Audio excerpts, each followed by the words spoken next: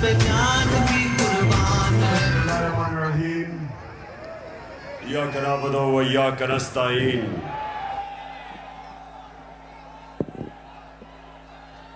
मैं सबसे पहले अपने पिंडी के एमएनएज, मेरे एमपीज, मैं आप सबको मुबारक देता हूं, खराज तहसीन पेश करता हूं कि आपने इतने थोड़े वक्त पे ये जलसे को ऑर्गेनाइज किया और माशाअल्लाह लियाकत बाग में इस तरह का जलसा, इस तरह की रौनक, मैं आप सबको, आपको भी, मेरी बहनों को भी, नौजवानों को भी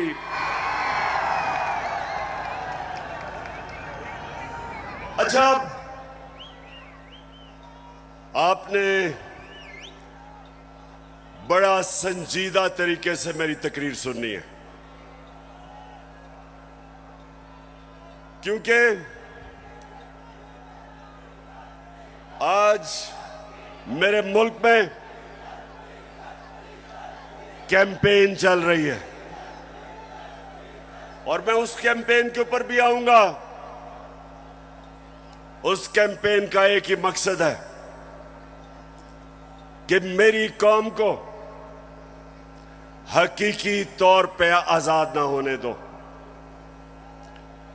मेरे नौजवानों, खास तौर पे आप, मैं भी बैठा आपको देख रहा था,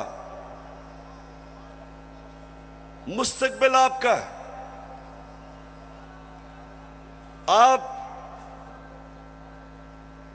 आपने ये फैसला करना है कि क्या हमने उस पाकिस्तान में बड़ा होना है जिसकी ख्वाब देखी थी इल्लामा इकबाल ने और जिसके लिए जदोजहद की थी कायदे आजम ने, या वो पाकिस्तान जिधर कमजोर के लिए एक कानून, ताकतवर कानून से ऊपर कमजोर अपने हकूक ढूंढता है और ताकतवर सारे कानून तोड़ता है। ये पाकिस्तान जिस तरफ जा रहा है, मेरे नबी सल्लल्लाहु अलैहि वसल्लम ने तकरीबन 1500 साल पहले कहा था कि तुम्हारे से पहले बड़ी कौमें तबाह हुई। जो कमजोर जब चोरी करता था तो जेल में डाल देते थे, लेकिन जब ताकतवर जुर्म करता था तो वो माशरा उनको नहीं पकड़ता था, कौम तबाह हो जाती थी। आज अगर हमारी कौम एक अजीम कौम नहीं बन सकी तो वो जो मेरे नबी सल्लल्लाहु अलैहि वसल्लम ने 1500 साल पहले कहा था, उस वजह से नहीं हो सकी। जिस मुल्क के ऊपर उसका सारा करप्ट टोला डाकू ईवानों में बैठ जाए और आम आदमी अपने बुनियादी हुकूक की तलाश में हो, जितनी मर्जी चोरी करनी है, बड़ा डाकू चोरी करे, उसको पाकिस्तान का जब निजाम, इंसाफ का निजाम नहीं पकड़ता, उस मुल्क का कोई मुस्तकबिल नहीं है। इसलिए मैंने अपनी हकीकी आजादी की तहरीक का आगाज जो आज मैं शुरू कर रहा हूं, मैंने लियाकत बाग से किया, क्योंकि ये एक ऐसा तारीखी जगह है कि जो पाकिस्तान की मूवमेंट में कायदे आजम के साथ लियाकत अली खान खड़े हुए थे, उनकी शहादत यहां हुई थी। मैं ये चाहता हूं कि मेरी सारी कौम आज तैयार हो जाए। जिस जदोजहद के लिए मैं आज आपको निकालने आया हूं, क्योंकि ये आपके मुस्तकबिल का मसला है। इमरान खान का तो अल्लाह सब दे चुका है, वो तो उसका बार बार शुक्र अदा करता है कि जाती तौर पे तो अल्लाह ने बड़े करम किए मेरे पे। लेकिन मुझे आपकी फिक्र है पाकिस्तानियों, जो आज मुल्क से हो रहा है, मुझे आपकी फिक्र है। चोर डाकू जब मुल्क की क़यादत पे बैठे हों और यहां ताकत में वो लोग हों जो जाती मफादात के लिए और अपनी अना के लिए मुल्क के मुस्तकबिल को तबाह करते हैं, इनको सिर्फ अवाम की ताकत शिकस्त दे सकती है। और मैंने अपनी आज कौम से वादा कर रहा हूं कि जब तक मैं अपनी कौम को हकीकी आजादी नहीं दिलवाऊंगा, मैं पाकिस्तान की सड़कों पे होऊंगा, मैं अपने लोगों के अंदर जाऊंगा, मैं अपनी कौम को उठाऊंगा।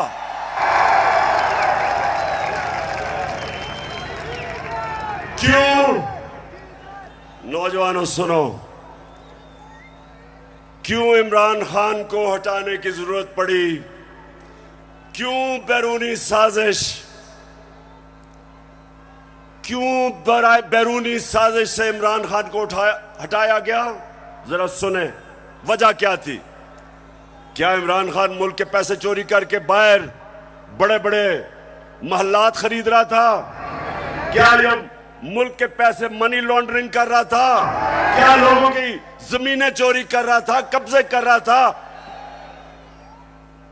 फैक्ट्रियां बना रहा था? मैंने जितनी देर क़यादत की, इससे कम टाइम पे, जब नवाज शरीफ 1990 में आया था, 17 फैक्ट्रियां बना चुका था। 17 फैक्ट्रियां बना चुका था। मैं सिर्फ क्यों निकाला नवाज शरीफ को? क्यों निकाला? क्योंकि उसने चोरी की थी। लेकिन इमरान खान की रिजीम चेंज क्यों की गई? क्योंकि वो अमेरिका की नौकरी नहीं करना चाहता था। वो एक आजाद फॉरेन पॉलिसी बनाना चाहता था, जिसका मेरी बहनों और नौजवानों समझो आजाद फॉरेन पॉलिसी क्या होती है। वो फॉरेन पॉलिसी होती है जो अपने अवाम की बेहतरी के लिए होती है,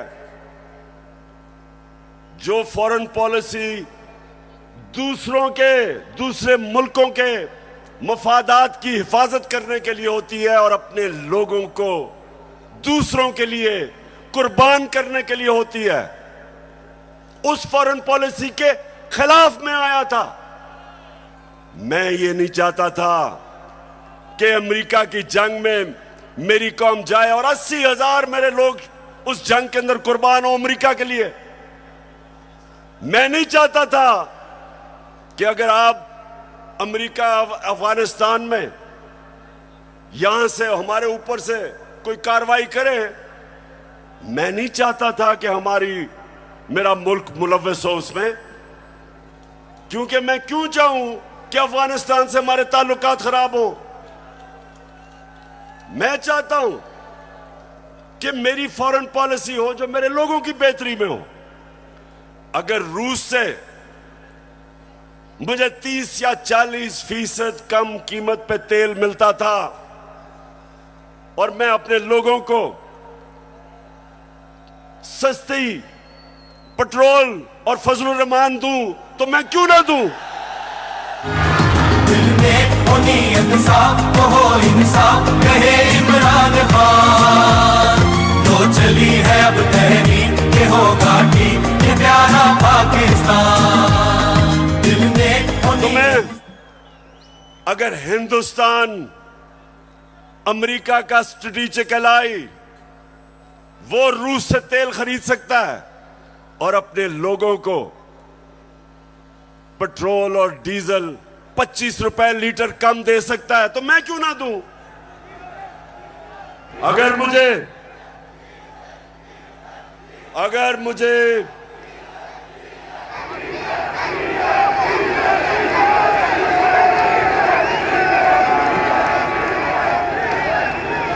सुने नौजवानों, ये जरूरी है सुनना। देखें, अब आप समझ जाए, आजाद फॉरेन पॉलिसी है हिंदुस्तान की। उनका मुल्क सारे फैसले करता है अपने लोगों की बेहतरी के लिए। हमारे यहां जो गुलाम बैठे हुए थे, फैसले करते हैं दूसरे मुल्क के लिए, अपने लोगों को कुर्बान करते हैं। हम दूसरों की जंगों में शामिल होके अपने मुल्क की तबाही करते हैं। सबसे ज्यादा जो लोग बात नहीं करते, अमेरिका की जंग में जो कबायली इलाके के लोगों से जो जुल्म हुआ, जिस तरह सारा कबायली इलाका उजड़ा, 400 ड्रोन अटैक हुए, औरतें बच्चे मारे गए, उनकी जंग की वजह से 35 लाख कबायली इलाके के लोग नकल मकानी कर गए। कौन जिम्मेदार है? सिर्फ इसलिए कि यहां थोड़े साहिब इख्तिदार बैठे हुए थे जिनको थोड़े डॉलर मिलने थे, जिन्होंने थोड़े से डॉलरों के लिए अपने मुल्क को वो नुकसान पहुंचाया जो अभी भी कबायली इलाका नहीं उस नुकसान से बचा। दूसरी चीज, मैं हमेशा कहता था कि अफगानिस्तान में जो अमेरिका गया है, इसका कोई मिलिट्री हल नहीं है, डायलॉग से मसला हल होगा। और यह पसंद नहीं था उनको। और आखिर में मैंने, जब वो अमेरिका वहां से गया, तो उनके भी लोगों ने कहा कि जो मैं कहता था ठीक, लेकिन उनको पसंद नहीं है। उनको आदत पड़ी हुई थी शहबाज शरीफ जैसे गुलामों की, और नवाज शरीफ जो सदर ओबामा के सामने पर्ची पढ़ के थैंक यू कहता था।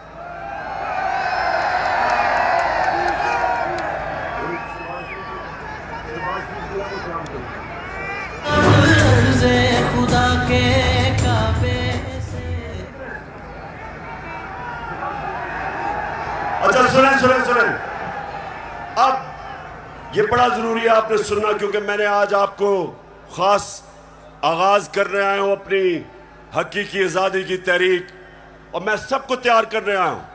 तो सुनना आपने मेरी बात कि पहले तो हटाया क्यों, फिर इनको तकलीफ क्या हुई बाहर वाले मुल्कों को। पहली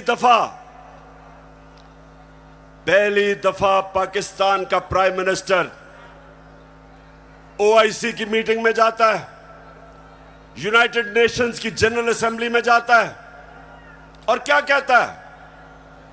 कहता है कि मुसलमानों को बड़ी तकलीफ होती है जब हमारे नबी सल्लल्लाहु अलैहि वसल्लम की शान में गुस्ताखी की जाती है, आजादी राय की आड़ लेके।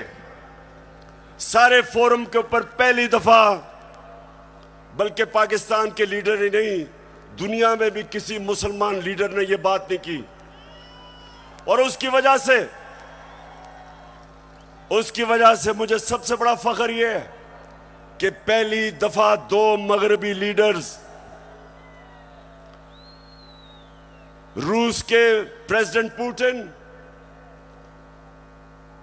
और कनाडा का जस्टिन ट्रूडो प्राइम मिनिस्टर, दोनों ने स्टेटमेंट दी कि आप आजादी राय की आड़ लेके हमारे नबी सल्लल्लाहु अलैहि वसल्लम की शान में गुस्ताखी नहीं कर सकते।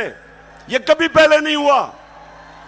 और 15 मार्च, जो मुझे सबसे ज्यादा फख्र है, आप अगर मेरे से पूछे ना कि 3.5 साल में किस चीज में सबसे ज्यादा फख्र हुआ, 15 मार्च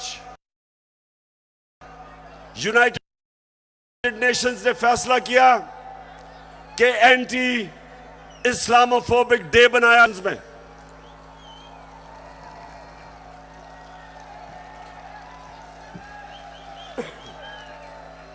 तो मेरे पाकिस्तानियों, ये वो लोग जो आदी हुए थे, वो तिफल क्या गिरेगा जो घुटनों के बल चले, इनके आदी हुए थे, आदी हुए थे, उनको पसंद नहीं आया ये। पूरा साजिश हुई। डोनाल्ड लू ने धमकी दी, साजिश पहले से हुई थी, और इन्होंने तब वो गवर्नमेंट गिराई जो उस वक्त 17 साल के बाद सबसे बेहतर माशी तरक्की कर रही थी। 17 साल के बाद आखिरी 2 साल में 5.6% और 6% पाकिस्तान इकोनॉमिकली हमारी ग्रोथ रेट थी, हमारी दौलत में इजाफा था। उस गवर्नमेंट को गिराया जिसकी रिकॉर्ड एक्सपोर्ट्स थी, रिकॉर्ड टैक्स कलेक्शन, बैरून मुल्क पाकिस्तानियों ने रिकॉर्ड रेमिटेंसेस भेजी। उस गवर्नमेंट को इन्होंने गिराया। किसानों के लिए बेहतरीन जो हमने पैकेजेस दिए, रिकॉर्ड फसलें हुई, उस गवर्नमेंट को इन्होंने गिराया। और उन्होंने गिराया इसलिए कि इनको इमरान खान नहीं चाहिए था, इनको चेरी ब्लॉसम चाहिए था। अब देखो, ये जरा देखें। होके आया हूँ मैं, यूएई के होके, अभी मैं तुर्की होके आया हूँ, और मैंने उन भाइयों को कहा कि आप हमारे बड़े अजीम भाई हैं, हमेशा आपने हमारी मदद की। और मैंने यही कहा, जब मैं आया हूँ तो आप समझेंगे शायद ये मांगने आया है। मैं मांगने नहीं आया, लेकिन मजबूरी है। हमारा जिस तरह माजी में 75 साल में आपने हमारा हाथ बटाया है, कुछ अर्सा आप हाथ बटा। मैंने कहा मैं वादा करता हूं कि इंशाअल्लाह हम पूरी कौम हम मिलकर दिन रात, हमेशा आपने हमारी मदद की। और मैंने यही कहा, जब मैं आया हूं तो आप समझेंगे शायद ये मांगने आया है। मैं मांगने नहीं आया, लेकिन मजबूरी है।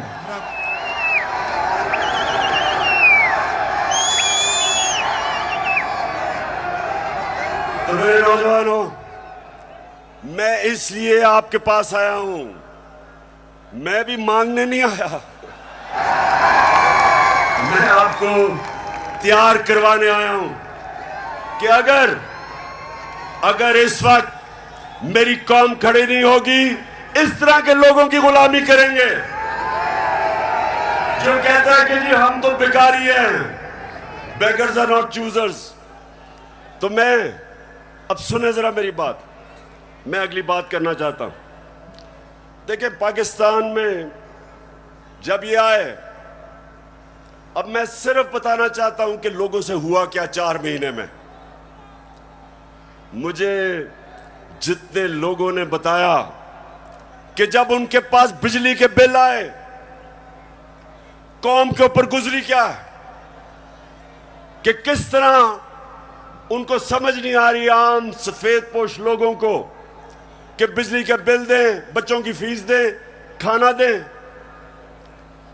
बिजली जो हमारे जमाने में 18 रुपए यूनिट था, मैंने 5 रुपए यूनिट सब्सिडी दिलवाई कि कम करो, वो आज 36 रुपए यूनिट है, दुगनी हो चुकी है।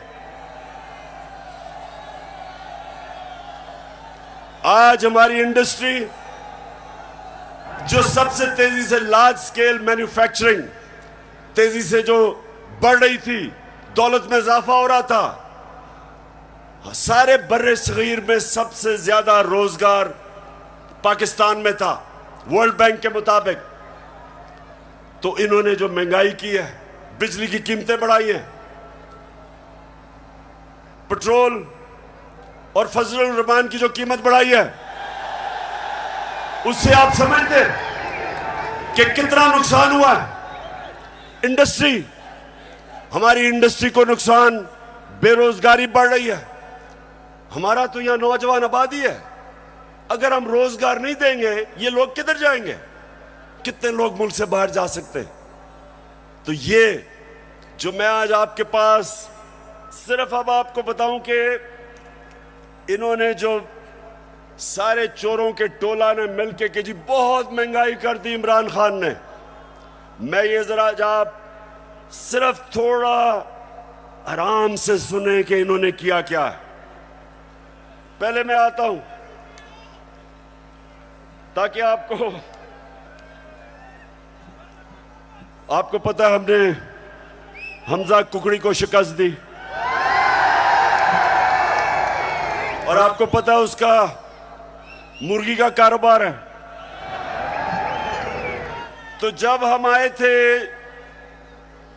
मुर्गी का गोश्त केजी जो बिक रहा था, ये हमारे दौर में साल पहले 160 रुपए केजी, आज पहुंच गया 270 रुपए केजी। पेट्रोल एक साल पहले 120 रुपए लीटर, आज पहुंच गया 234 रुपए लीटर। प्याज मैं इसलिए कह रहा हूं क्योंकि आम आदमी प्याज खाता है। साल पहले 44 रुपए, आज 86 रुपए, 86 रुपए केजी एक साल के अंदर। अंडे दर्जन हमारे जमाने में 155 रुपए, आज 211 रुपए।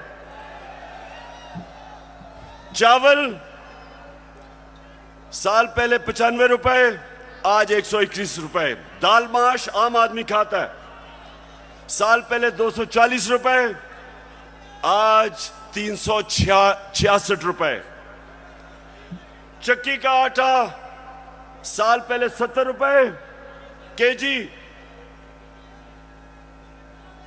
और आज 105 रुपए केजी। ये खाने पीने की आम आदमी की मैं चीजें बता रहा हूं, मैं पैसे वालों का हालात नहीं बता रहा, मैं अपने आम पाकिस्तानियों का बता रहा हूं। मसरूर की दाल साल पहले 157 रुपए केजी और आज 330 रुपए केजी।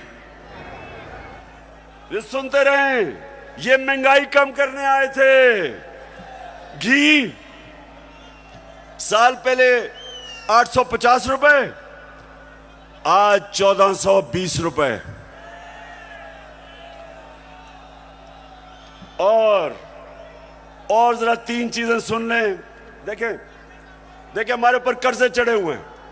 अब जरा सुने, जरा मैं चाहता हूं नौजवानों आप सुने, क्योंकि आपका मुस्तकबिल है। हमारे ऊपर कर्जे चढ़े हुए थे। कर्जे कैसे उतारने हैं?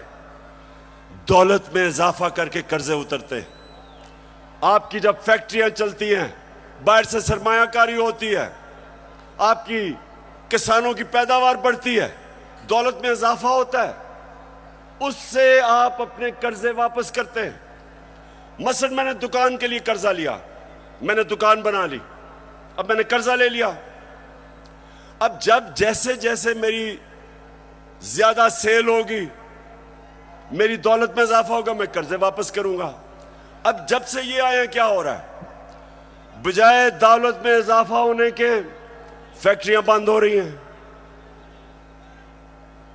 इन्होंने बिजली की कीमत उधर पहुंचा दी और गैस की। फैक्ट्रियां मुकाबला नहीं कर सकती हिंदुस्तान का। एक्सपोर्ट्स गिर रही हैं। एक्सपोर्ट्स हमारे जिस महीने हम छोड़ के गए थे, एक्सपोर्ट्स 3.1 अरब डॉलर था, आज एक्सपोर्ट्स इस महीने 2.2 अरब डॉलर, जो 3.1 अरब डॉलर से एक्सपोर्ट नीचे आ गई 2.2 अरब डॉलर पे। रेमिटेंस जो बैरून मुल्क पाकिस्तानी पैसा भेजते हैं, हमारे आखिरी महीने में 3.1 अरब डॉलर, वो नीचे आके 2.5 अरब डॉलर पे आ गई। मतलब कि दौलत में इजाफा नहीं हो रहा, कर्जे बढ़ते जा रहे हैं। इनके पास हल क्या है? आर्मी चीफ से टेलीफोन करवा रहे हैं सऊदी अरेबिया को कि जी पैसे दे दो, क्योंकि इनको तो सारे समझते हैं कि चोर हैं ये, इनको तो पैसे कोई नहीं देता। तो आर्मी चीफ अमेरिका को कभी टेलीफोन कर रहा है, कभी यूएई को कर रहा है, कभी सऊदी को कि जी पैसे दे दो। तो इससे क्या होगा? वो तो कर्जे देंगे, कर्जे बढ़ते जा रहे हैं। कर्जे वापस कैसे करने हैं? दौलत में तो इजाफा नहीं हो रहा। और इसलिए मेरे पाकिस्तानियों, इसलिए मैं इनको कहता हूं कि एक ही तरीका है इस मुल्क को इस दलदल में जो घुसा रहे हैं निकालने का, और वो है साफ और शफाफ इलेक्शन। एक ही रास्ता। लेकिन ये सारे खौफजदा, इन्होंने जब हुकूमत गिराई, नौजवानों सुनो, हुकूमत जब गिरवाई, इनका ख्याल था पार्टी का जनाजा निकल गया। उसके बाद जब पब्लिक सड़कों पे आ गई, इन्होंने 25 मई को हमारे ऊपर जुल्म किया दहशत फैलाने के लिए।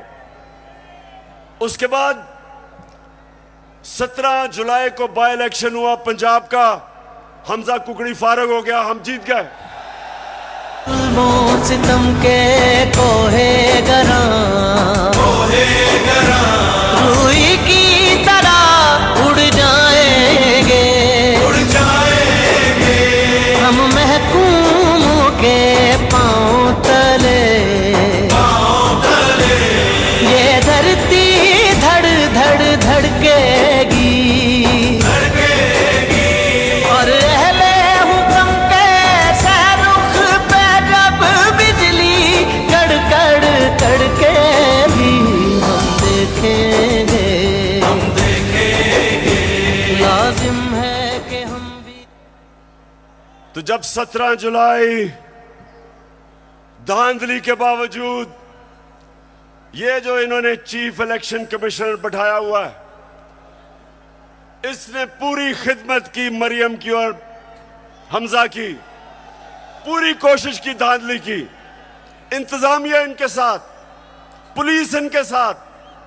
उसके बावजूद पाकिस्तानी कौम, पंजाब के लोग इतनी तादाद में निकले कि इलेक्शन हार गए धांधली के बावजूद। उसके बाद इनको और खौफ आ गया। उसके बाद इन्होंने एक और प्लान लेके आए। इन्होंने कहा अगर हम अब इलेक्शन करवाएंगे तो ये तो 2/3 अक्सरियत ले जाएगी तहरीक इंसाफ। डर गए, खौफजदा हो गए। फिर इन्होंने एक और प्लान बनाया, और प्लान बनाया कि तहरीक इंसाफ को क्रश करो। पाकिस्तान की जो सबसे बड़ी पार्टी, किसी ना किसी तरह इसको क्रश कर इलेक्शन तब तक ना कराओ जब तक पार्टी क्रश ना हो। और मैं बार बार आइन और कानून के बीच में रहता रहा। 25 मई को जो इन्होंने जुल्म किया, उसके बावजूद अगर मैं उस दिन डी चौक में, अगर मैं उस दिन वहां से अपना धरना खत्म ना करता, मुझे पता था कि शाम को खून होना है। मुझे पता है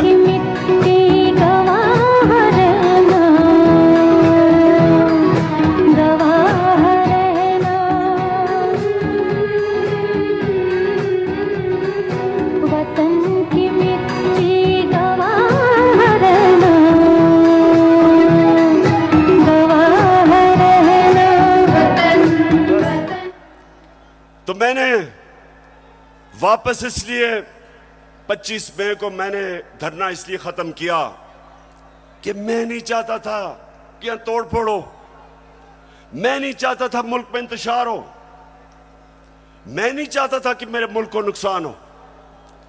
और मुझे पता था कि जिस तरह पुलिस ने दहशतगर्दी की और रेंजर्स ने हमारे ऊपर जिस तरह रबर बुलेट चलाई औरतों बच्चों पे, मुझे पता था कि अगले दिन इंतशार होना था। मेरे ऊपर केसेस कर दिए, 16 FIR मेरे पे काट दी।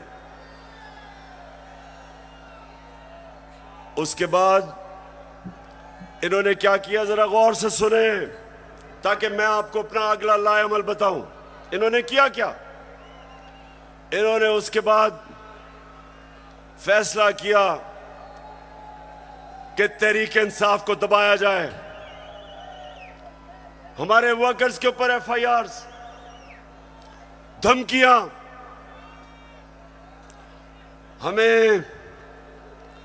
हमें यह कहा गया कि जनाब अगर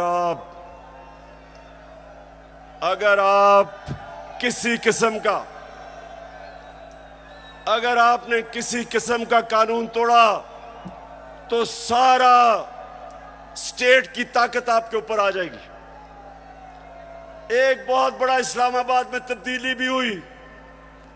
एक मिस्टर एक्स उधर लाहौर में और एक मिस्टर वाई को इस्लामाबाद लाया गया हमें सीधा करने के लिए। देखें, मैं अब आता हूं जिस चीज के ऊपर मुझे सबसे ज्यादा तकलीफ है। इन्होंने शहबाज गिल को पकड़ा, अगवा किया, उसको पकड़ के अंदर ले गए, नंगा करके उसको मारा।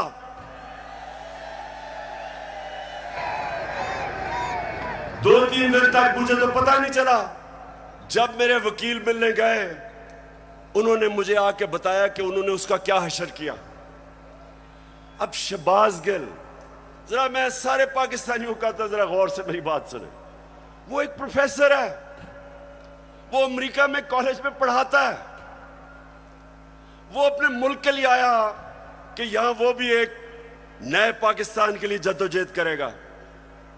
उसका कितना बड़ा जुर्म था, कितना बड़ा जुर्म था कि पहले उसको उठा के उसकी गाड़ी का शीशा तोड़ा, उसको उठा के ले गए।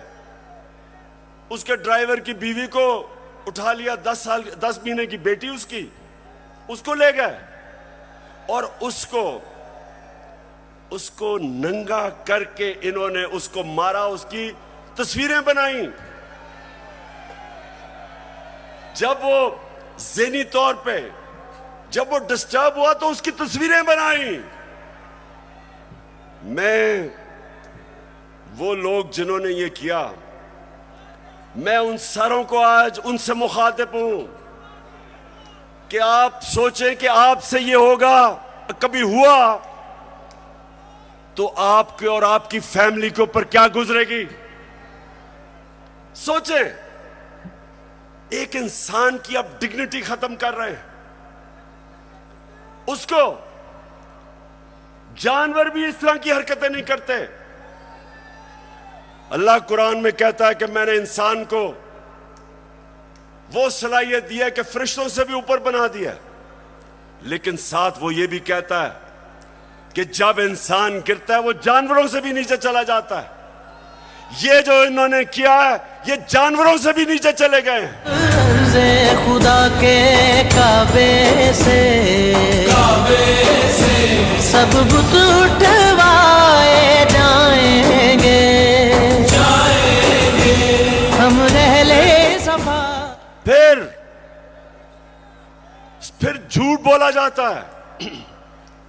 सारे डरे हुए होते हैं। सुपरिटेंडेंट सच नहीं बताते कि उसके ऊपर तशद्दुद हुआ, छुपाने की कोशिश की जाती है। और मुझे जो अफसोस हुआ कि मैजिस्ट्रेट ज़ेबा, जब आपके सामने एक आदमी आया और तशद्दुद पुलिस कर चुकी थी उस पर, क्या आपको वापस पुलिस के पास उसको भेजना चाहिए था? आपको तफ्तीश नहीं करनी चाहिए थी? यह आपको इंसाफ का तकाजा था कि जब एक आपको नजर आ रहा था कि वो बिल्कुल टूट चुका था, जो उन्होंने उसे जुल्म किया था, उसके बावजूद वापस भेज दिया पुलिस के पास। और फिर कहते हैं जी किसी को तौहीन हो गई। ये आप जो इतना बड़ा रुतबा है जज का, उससे आप इंसाफ नहीं कर रहे। और जो आईजी और डीआईजी इस्लामाबाद, इनके ऊपर, दोनों के ऊपर केसेस हमने दर्ज करवाए हैं। अब इनके ऊपर एफआईआर कटवाई है। और मैं सारी अपनी कौम को कहता हूं कि ये आजाद मुल्कों में ऐसी चीजें नहीं होती। सिर्फ गुलाम मुल्कों में, जिधर आपके हकूक नहीं होते, जिधर इंसाफ नहीं होता, जिधर आइन की और कानून की बालादस्ती नहीं होती, उन कौमों में यह होता है। वहां लोग गुलाम होते हैं, वो कभी ऊपर नहीं आ सकते। जिस कौम के अंदर इंसाफ नहीं होता, वो कभी ऊपर नहीं आती। नबी सल्लल्लाहु अलैहि वसल्लम ने मदीना में लोगों को इंसाफ दे के आजाद कर दिया था। उन्होंने सबको कानून के सामने एक बराबर खड़ा कर दिया था। कोई ताकतवर किसी कमजोर पे जुल्म नहीं कर सकता था, इसलिए वो आजाद हो गए थे। हमारा हर जगह ये जो शहबाज गिल का केस है कि नवाज शरीफ ने उससे बहुत बुरी बातें पाकिस्तानी फौज के खिलाफ की है। देखें जरा इनकी टेप से इन्होंने जो क्या क्या कहा हुआ पाकिस्तानी फौज के ऊपर। नवाज शरीफ ने, ख्वाजा आसिफ ने, मरियम ने, उनको क्यों नहीं पूछते? क्योंकि वो ताकतवर हैं। वो बेचारा अमेरिका से आया था, कहा कि उसको पूछने वाला कोई नहीं, उसको इस तरह अपने जलील करके। और मुझे शर्म आती है कि हमारे मुल्क में इस तरह की इंसानों को जलील किया जाता है। और इंशाअल्लाह इसका हम पूरा कानूनी तौर पे हम पूरा इंसाफ लेके रहेंगे इसके ऊपर। बाजवा साहब, आपने हमारी अच्छी भली चलती हुकूमत को रुखसत करवाया, जजों से जोर जबरदस्ती से फैसले आपने लिखवाए। जनरल बाजवा साहब, आपको 2018 इलेक्शन में अवाम के मैंडेट की चोरी का हिसाब देना है। हाँ, नवाज शरीफ ने ये जरूर किया कि उसने किरदारों और इदारों के दरमियान एक वाज़ेह लकीर खींच दी है। एक या दो अफराद इदारा नहीं हुआ करते, एक या दो अफराद इदारों की बदनामी का बायस बना करते हैं।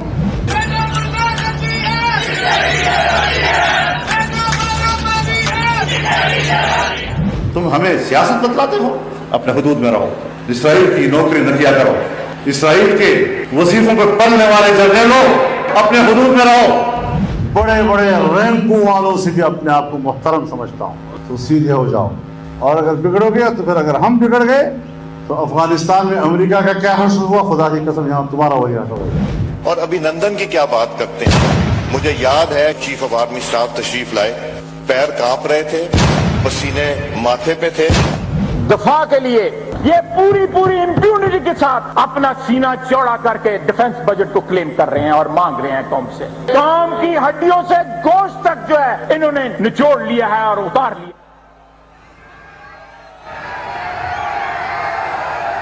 क्यों बेटी, आप जज बने और आप फैसला करें कि ये हमारी फौज को क्या ये नुकसान पहुंचा रहे हैं या ये डैमेज करते थे, या वो जो शहबाज गिल का वो आपको पता भी नहीं चलेगा उसने क्या कहा इसके मुकाबले में। बहरहाल अगर उसने कुछ कहा तो उसके पास अदालत में जाए, कानून बने हुए हैं।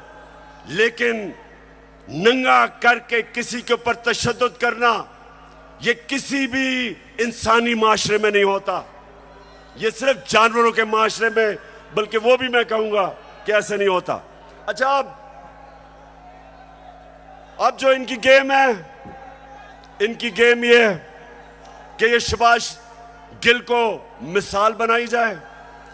ARY जो कि हमारा मौकफ, तहरीक इंसाफ का मौकफ पेश करता था, जो पाकिस्तान की नंबर 1 चैनल बन चुकी थी, उसको सिर्फ इसलिए बंद किया गया कि जनाब किसी तरह तहरीक इंसाफ का मौकफ ना पेश किया जाए। पैमरा को इस्तेमाल, अब पैमरा भी आ गया। पैमरा कहता है कि जनाब इमरान खान की लाइव तकरीर नहीं हो सकती। क्या जुर्म किया इमरान खान ने?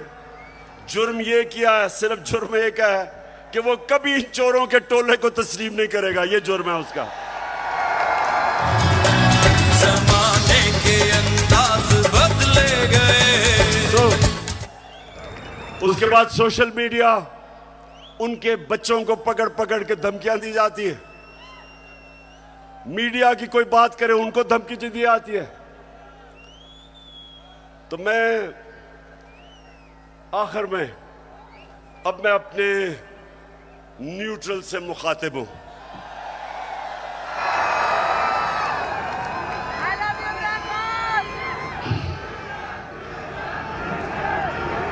मैं सबसे पहले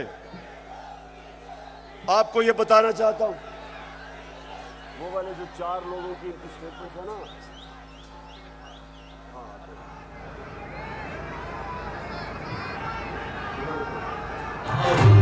एक मिनट अभी नहीं, अब जरा सुने गौर से, क्योंकि मैं अपने न्यूट्रल से मुखातिब हूं। मैं अब जरा उनको बताना चाहता हूं हमारे से हुआ क्या।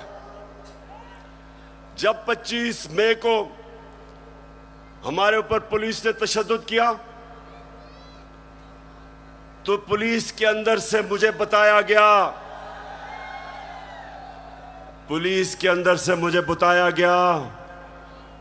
कि जनाब ये पीछे से हमें हुक्म था, यानी कि न्यूट्रल्स का प्रेशर था कि इनको फेंटा लगाओ। जरा सुनते जाए, मैं इस मुल्क के अंदर मेरा जीना मरना है, मैं कोई बाहर नहीं भागूंगा, मेरी कोई बाहर जगह नहीं है, मेरा जीना मरना यहां है। और शायद बाकियों से ज्यादा मुझे इस मुल्क की फिक्र है। तो मुझे ये कहा गया कि ना जनाब हमारे पीछे से प्रेशर है। फिर ये जो चीफ इलेक्शन कमीशन हर फैसला हमारे खिलाफ दे रहा है, पूरा ये जो मुझे डिस्क्वालीफाई करने की कोशिश है, अंदर से पैगाम आता है कि जी मैं तो वो तो कुछ नहीं कर रहा, पीछे से प्रेशर है बूट का। फिर सुनते जाएं, हमें ये जो ऑपोजिशन है, ये जरा मैं चाहता हूं सुने कि बदनाम कौन कर रहा है हमारी फौज को। ये अभी ये जो पुलिस वाला जो हुआ शहबाज गिल से, हमने पुलिस से पूछा तुमने तशद्दुद, हमें तो पता ही नहीं जी, पीछे से हुआ है कुछ, वो भी आपकी तरफ कह रहे हैं। तो जो भी हो रहा है आज पाकिस्तान में, जो गलत काम होता है आपका नाम लग जाता है। अब जरा ये सुने कि ये जो आपके इस वक्त खैर ख्वाह बैठे हुए गवर्नमेंट में, ये क्या कहते हैं। जिनकी वजह से होता है, जिनकी मदद से होता है, हम उनकी मदद नहीं लेना चाहते, और हम चाहते हैं कि अगली हुकूमत का फैसला पाकिस्तान की आवाम पे। के अदम एतमाद सौदे के बगैर मुमकिन नहीं होती। यहाँ पर अदम एतमाद का जो निज़ाम है इस्टेब्लिश के बगैर मुमकिन नहीं है। कोई डील करके इक़्तिदार नहीं चाहते। पाकिस्तान में तहरीक अदम एतमाद उस सूरत में अमूमन कामयाब होती है जी, जब इस्टेब्लिशमेंट आपकी पुष्ट पे हो। इस्टेब्लिशमेंट करती है, वो डील का नतीजा हो है। जब भी अदम एतमाद से होते हैं तो यकीनन डील करती है। इस्टेब्लिशमेंट के बगैर अदम एतमाद की तहरीक को कामयाब नहीं किया जा सकता, क्योंकि इस्टेब्लिशमेंट भी एक तीसरी कुव्वत के तौर पे या चौथी कुव्वत के तौर पे पार्लियामेंट में, यानी मुकन्नम खुद जो है मौजूद है।